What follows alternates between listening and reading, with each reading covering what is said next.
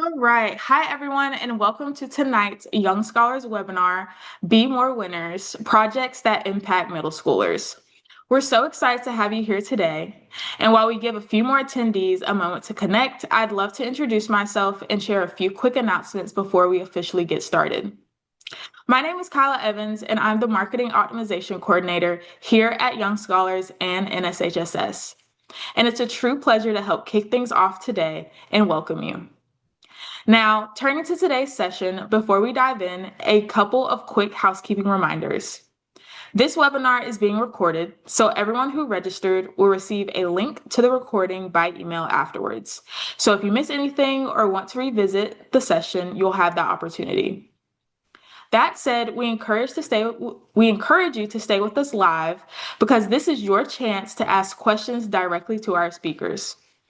At the end of the webinar, we'll also share a link in the chat to today's slide deck, so be sure to stick around for that.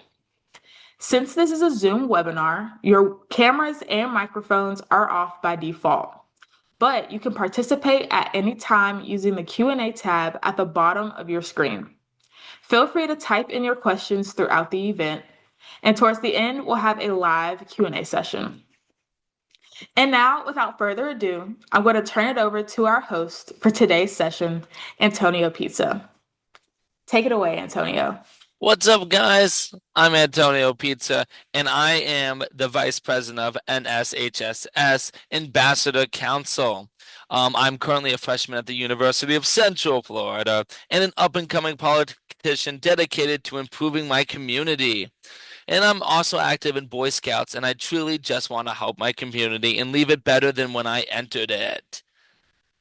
Let's go on to the next slide. Let's do it. Here we go. So we have an amazing meeting planned for everyone tonight. And our agenda is first, we're going to learn how to be more compet be more I'm sorry, competition. We're going to be more competition.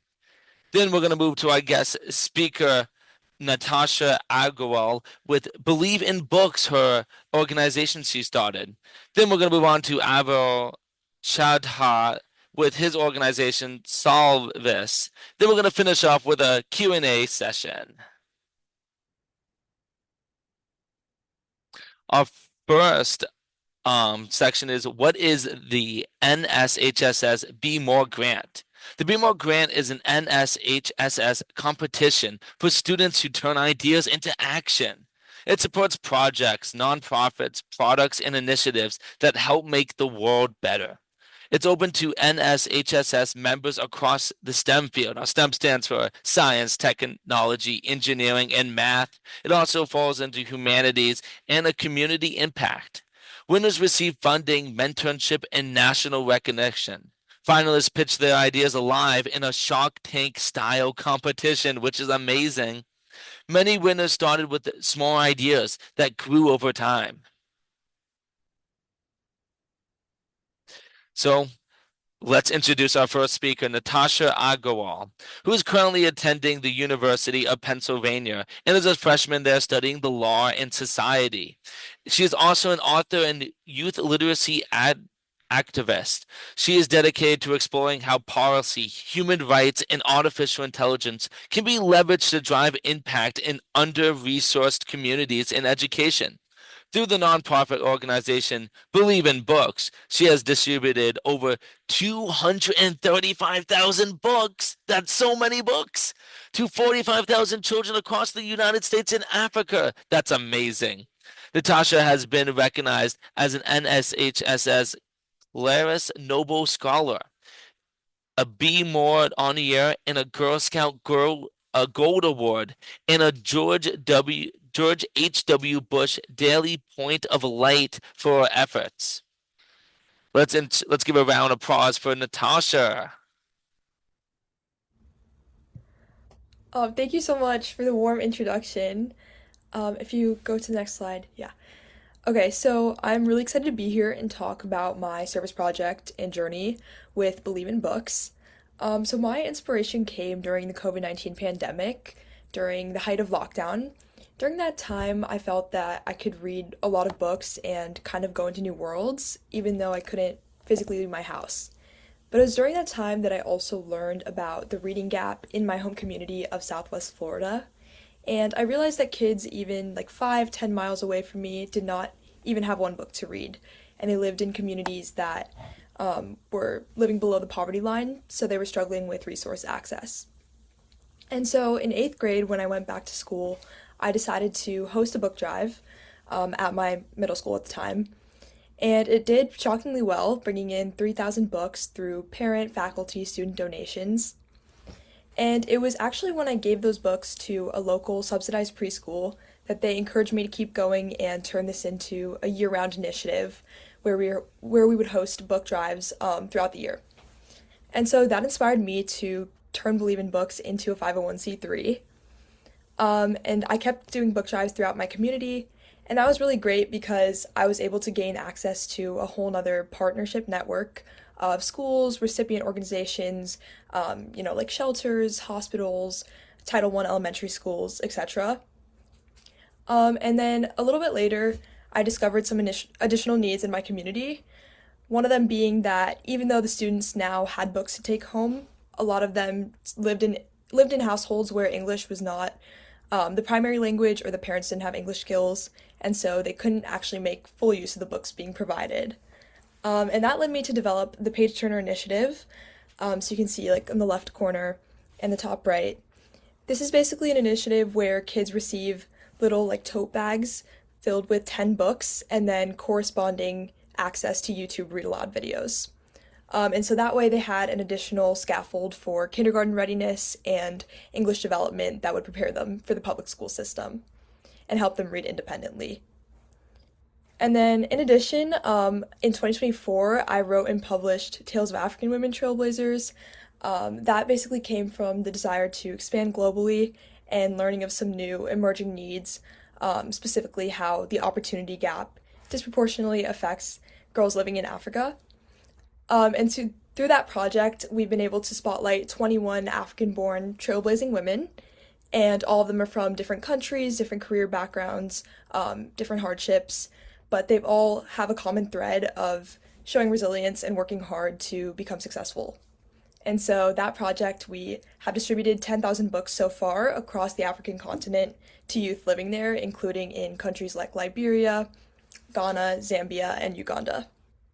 Next slide, please. Okay, so what are my challenges and points of growth that I've had from this experience? So the first challenge I faced, actually really early on, was not having high school volunteers. I realized that a lot of kids at my school maybe didn't have the transportation or the time needed to attend our sorting, packing, delivering sessions for the books. And the way I overcame that was by getting in contact with a local university just about 5 or 10 minutes away from my house. And that's called Florida Gulf Coast University. And at that school, essentially every student who's an undergraduate has to do a service learning class, and so they have to pick an organization to support, at least for a semester. And so I think I gained a much needed network through that connection. These kids were really, in the throes of the day-to-day tasks for Believe in Books, organizing our storage locker and making the deliveries, doing a lot of the heavy lifting that fostered our growth. And then my second challenge, as Antonio mentioned, I'm now in college in Philadelphia, and the nonprofit landscape is very different. Even though, schools are closer to us, maybe only a mile away, it's harder to transport books with city mileage, and then it's also a little bit difficult because there are teacher shortages and sometimes they don't have the capacity to take on our initiative. And so the way that I'm still working to overcome that is by collaborating with local nonprofit leaders who can kind of help us tailor our initiatives to the prevailing needs here. And so some of the skills I've gained through the distribution of 235,000 books include, honestly, the sky's kind of the limit with this, but I would say some of the key ones are project management, learning how to write like a strong cold email, networking internationally, and then negotiating printing costs in different parts of Africa. And then these are some photos of the behind the scenes. You could do the next slide, please.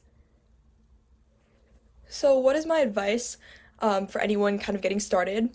The first one, I know it's very cliche, you hear it everywhere, but just kind of follow your passion.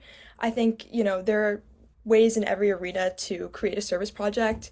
If you love like baseball or tennis, you could collect sports equipment. If you like dance, you could, host ballet classes in maybe a lower income community, right? So, whatever area you want to lean into with some brainstorming and with the right mentors, I think you can make it happen. And that brings me to my next piece of advice, which is to brainstorm with mentors. My mentors from the Guadalupe Center are in the top right. That's me like doing a news interview at their center.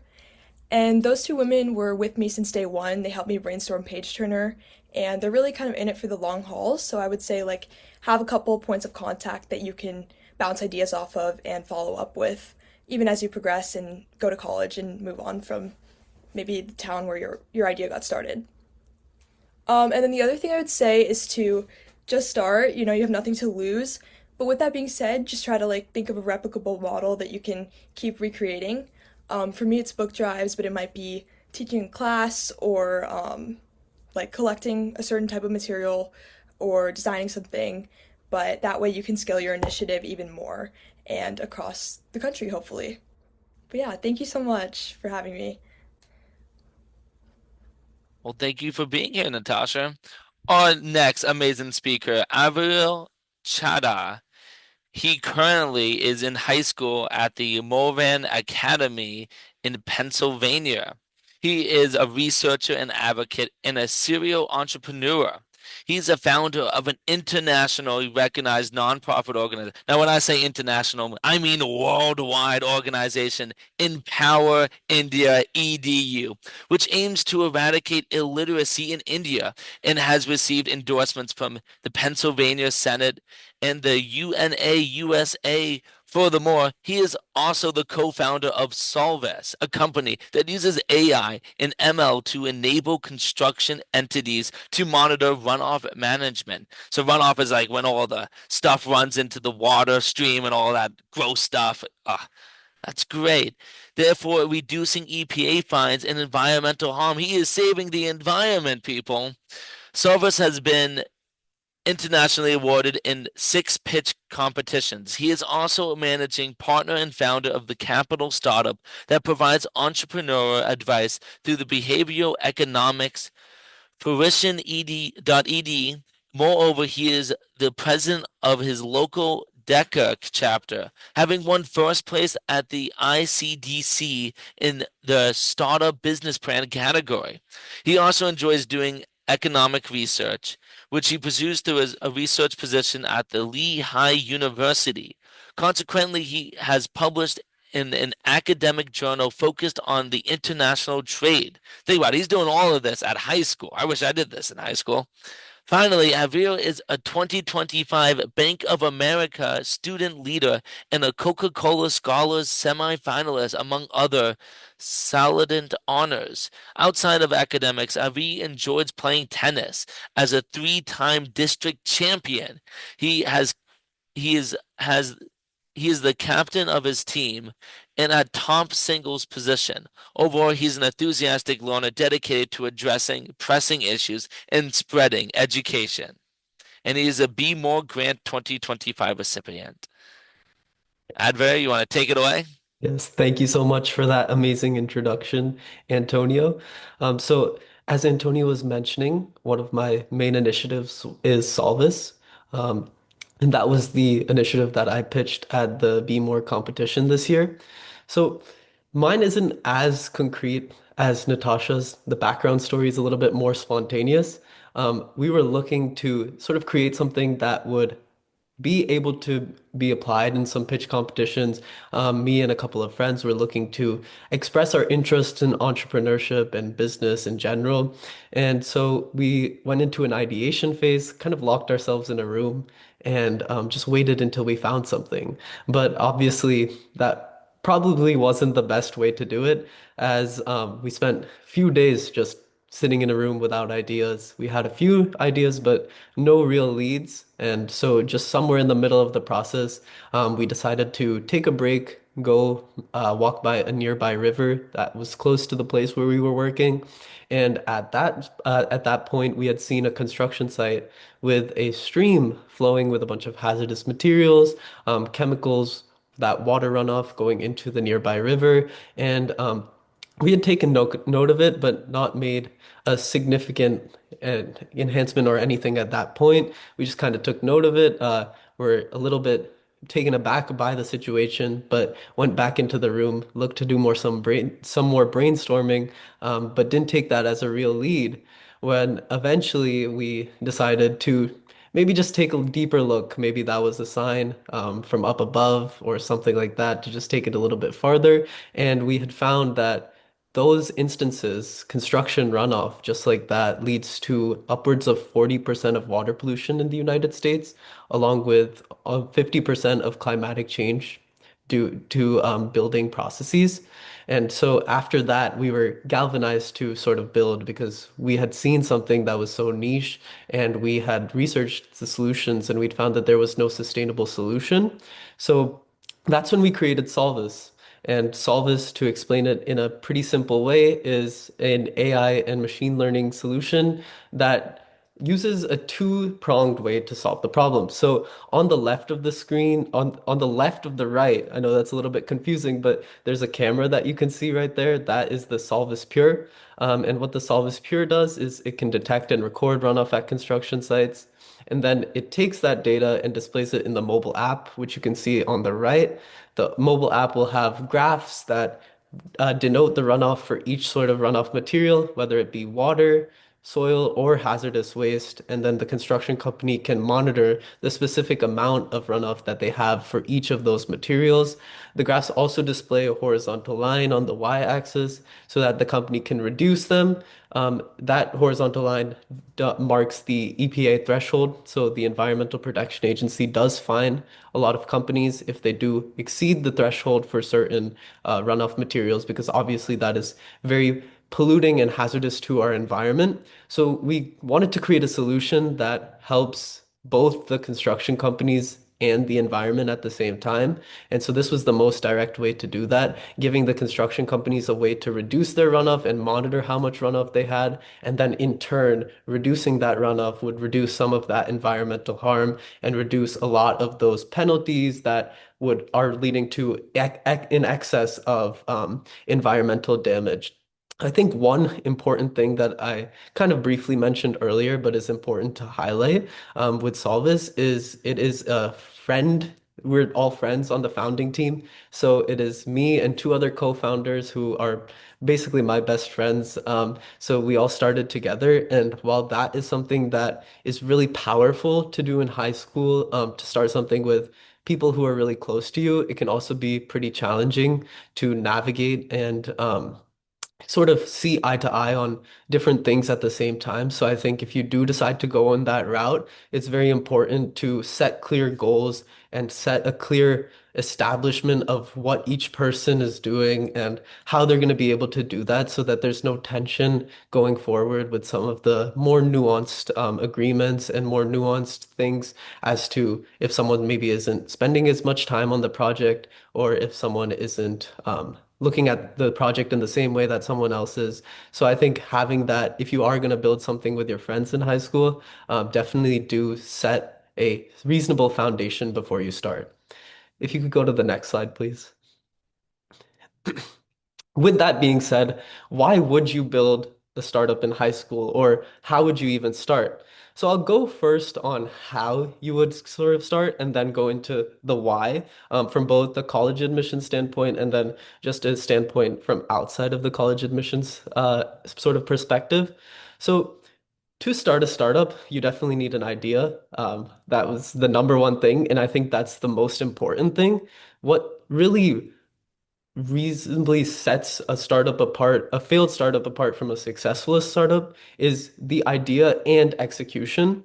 But the idea is really that foundation. If you don't have a sustainable idea, an idea that's set up for the long term, and an idea that solves a real problem, then your startup will burn itself out because there just won't be enough need for that product, service, or whatever you're trying to sell.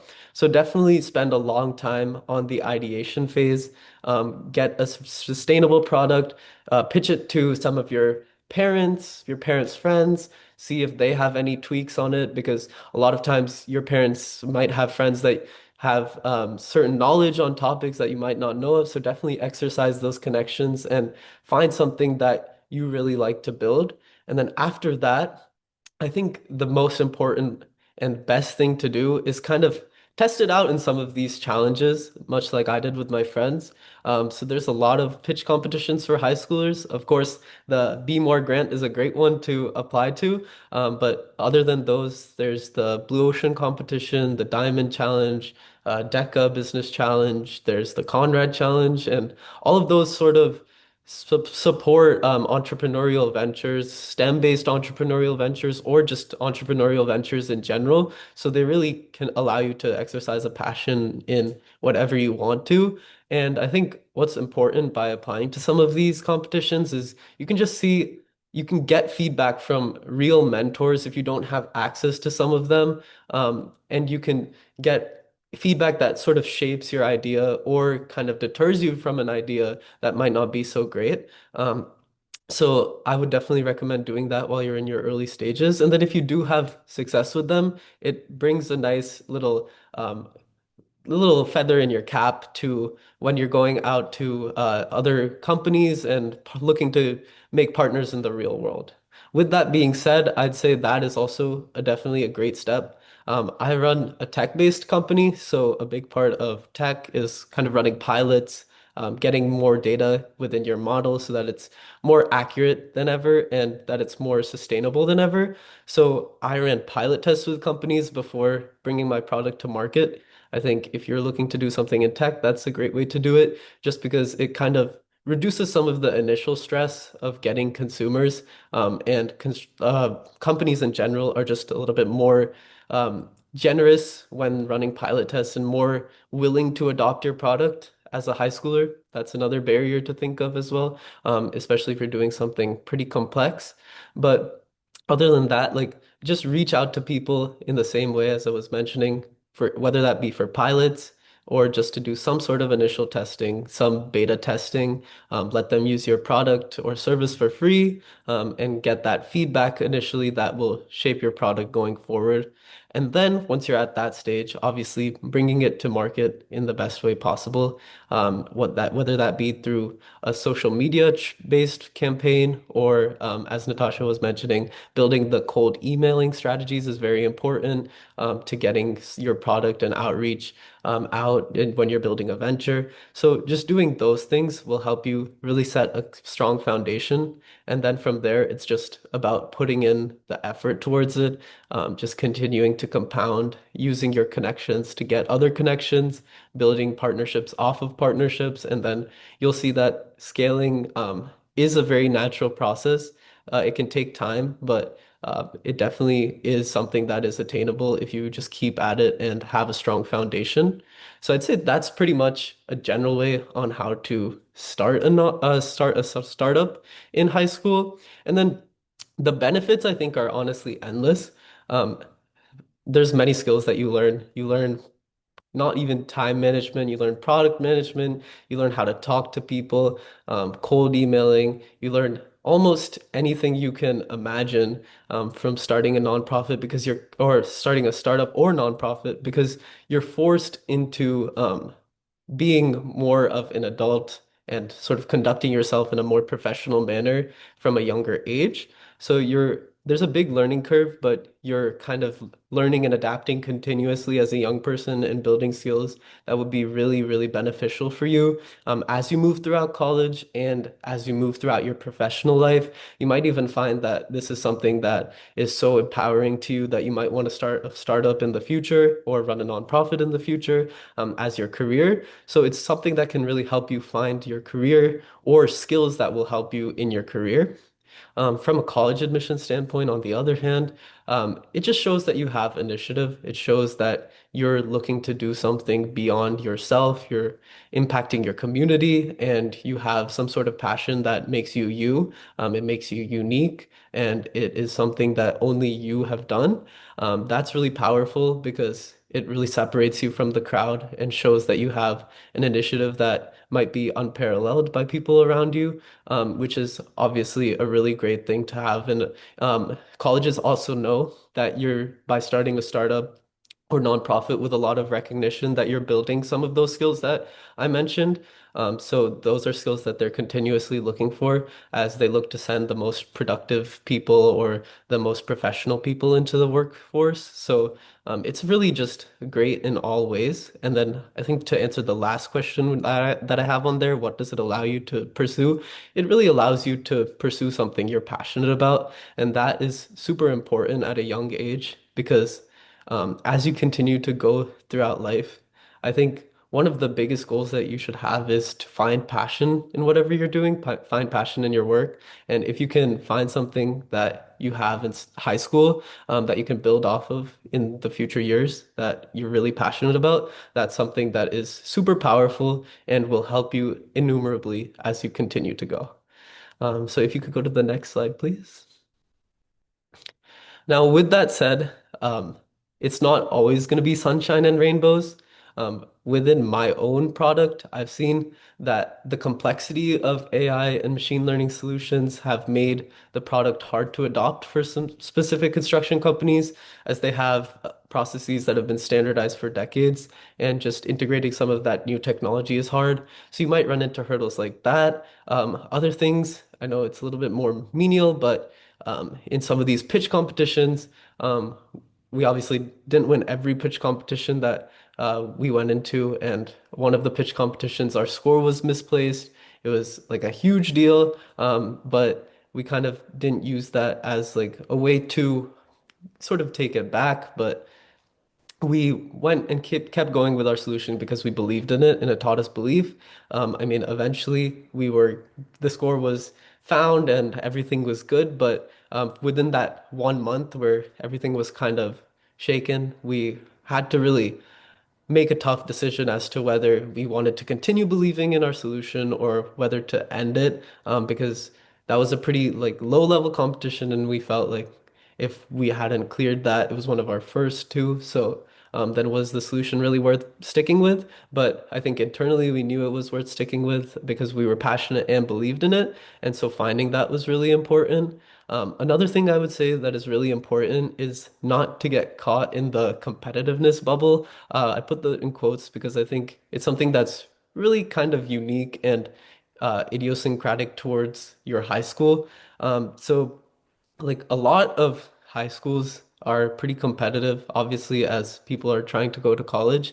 And going to the best colleges is a huge focus for a lot of people in high school. So a lot of people are generally very competitive and they tend to like gatekeep some of their uh, initiatives, their projects, their competitions that they're applying to, or things like that. So I think it's just really important for you to stay true to yourself again, and believe in your own thing.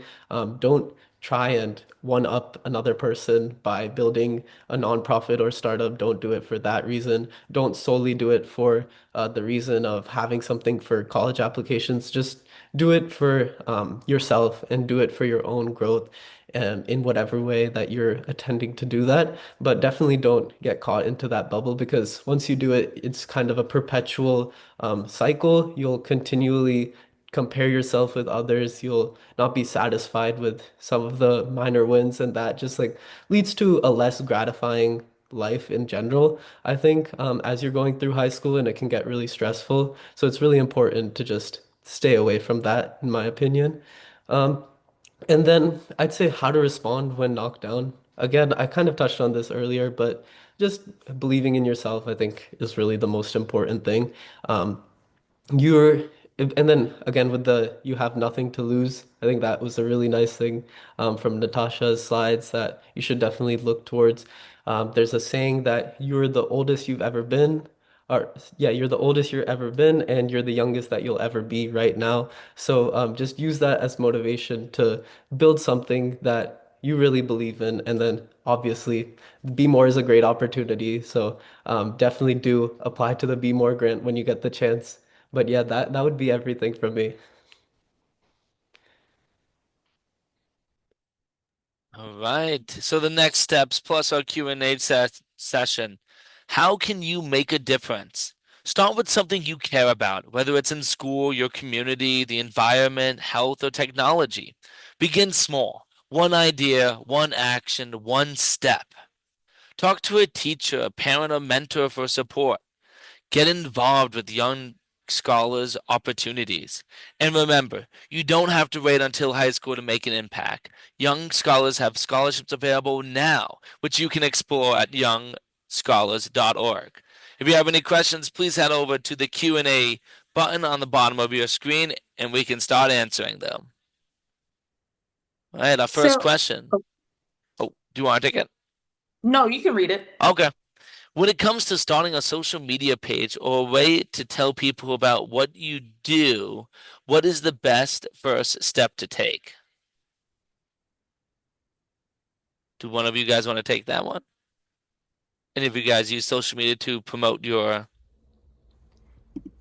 Yeah, so I think I started my social media for Believe in Books right when we made an official nonprofit. So yeah, I think like once you kind of commit to an idea and maybe do an initial project where you have content, you can post that and then maybe like make some announcement posts. I know once you get bigger, some people also like to have youth boards and like delegate that task to a social media manager, um, which could like be your friend or a volunteer as time goes on. But I think, I mean, honestly, like developing a following with a nonprofit. I don't know what about Avir's experience, but for me, it's been really hard. Like, we're 4 years in. I do have like 290 followers. Just, I think nonprofit content tends to get a little bit less traction, but I would say just being consistent is the most important thing. Yeah, to sort of build off on that, I'd say a social media page can be a really powerful thing, but depending on what you're doing like a nonprofit versus maybe a business, it's used for different purposes. For me, I've seen that the business side is a little bit more promotional. You might want to post some more videos, maybe some more trends that will get more attraction. Whereas with the nonprofit, you kind of just want to highlight your work in a way that gets people to sort of like see your cause, raise awareness for the cause, because I think that is really the most empowering way through social media. But again, like social media comes in many different ways. That's also another thing to know. So I would definitely start going beyond just Instagram, look towards your more professional social media like LinkedIn. LinkedIn is a great way to sort of connect with other people within high school, within the college space, who are looking to do something similar to you. Again, a big part of nonprofits, as Natasha mentioned, is delegation and kind of getting a team of people who all believe in the same cause. And a great way to find those people is through LinkedIn. So using the LinkedIn page to share your work and post opportunities for people to join your work is also a great step to take. So I think you can't really go wrong, but just use it as a way to document your work and to get people to see your work and build awareness for your work. Yeah, and building off of that, I know last month we had an amazing webinar on how to start a YouTube channel or podcast, which may help you guys with all of that stuff about starting and building growth on social media and the proper ways to do it. Any other questions? Let's head on to our Q&A. I think we have one question. So, what is something you wish you knew before you started for the both of you? I'd say the biggest thing I wish I knew before I started was just that it's not going to be easy and you're not going to be right the first time. So definitely don't like stick towards your first idea as if it's the end all be all, or stick towards your first initiative as if it's the end of the world if it doesn't work. Definitely be adaptive and be willing to change because you're going to be wrong most of the time. It's natural. For you guys, you're starting in middle school, so you guys are starting at a very young age, and you have to learn a lot of things before I guess you're right or the right thing sticks. And just embracing that process is one of the most rewarding parts of building something in high school, building something at a young age, because it builds a sort of maturity and a lot of the skills that we were mentioning. Um, So I think that would probably be the biggest thing. Just you're not going to be right away. I'm assuming a lot of you guys who are listening to this webinar are very high achieving students, doing really well in school, because you're taking the initiative to come to these events. So you're probably used to being right. I know I definitely was humbled many times during high school, during building a lot of these initiatives, but it just makes you a more holistic person and makes you a better person in general, makes you a better builder and more passionate about what you're doing. So just embrace the hurdles along the way. Yeah, I think that's great. I have like a similar idea. I was just gonna say, I'm like personally, I'm a huge overthinker, so I a lot of times I felt like I needed kind of like a full 5 year plan fleshed out for my nonprofit, and you really don't. I think a lot of doors will open just through connections. So I think just getting started is the most important thing, and then just taking things in stride, say yes to opportunities when you can. And especially at college, I've seen the power of just sending a cold email, making a phone call. Yeah, I don't. It's not as big of a deal as like I think I made it in high school, and I would get really nervous to do those things and initiate those conversations. But I think that's also pretty pivotal to growth. Absolutely. So thank you guys so much for answering those questions for our Q&A portion. And before we move on to the last part of our webinar tonight, I wanted to briefly introduce our scholarships administrator, Alexis Anderson, so that she can briefly go over what a couple of our young scholars scholarships that are open right now. Hey guys, so lovely to be with you guys this evening. Like Kyla said, I am the scholarships administrator for both the National Society of High School Scholars and Young Scholars. So we have some really cool opportunities that are exclusive for middle school students that are open now.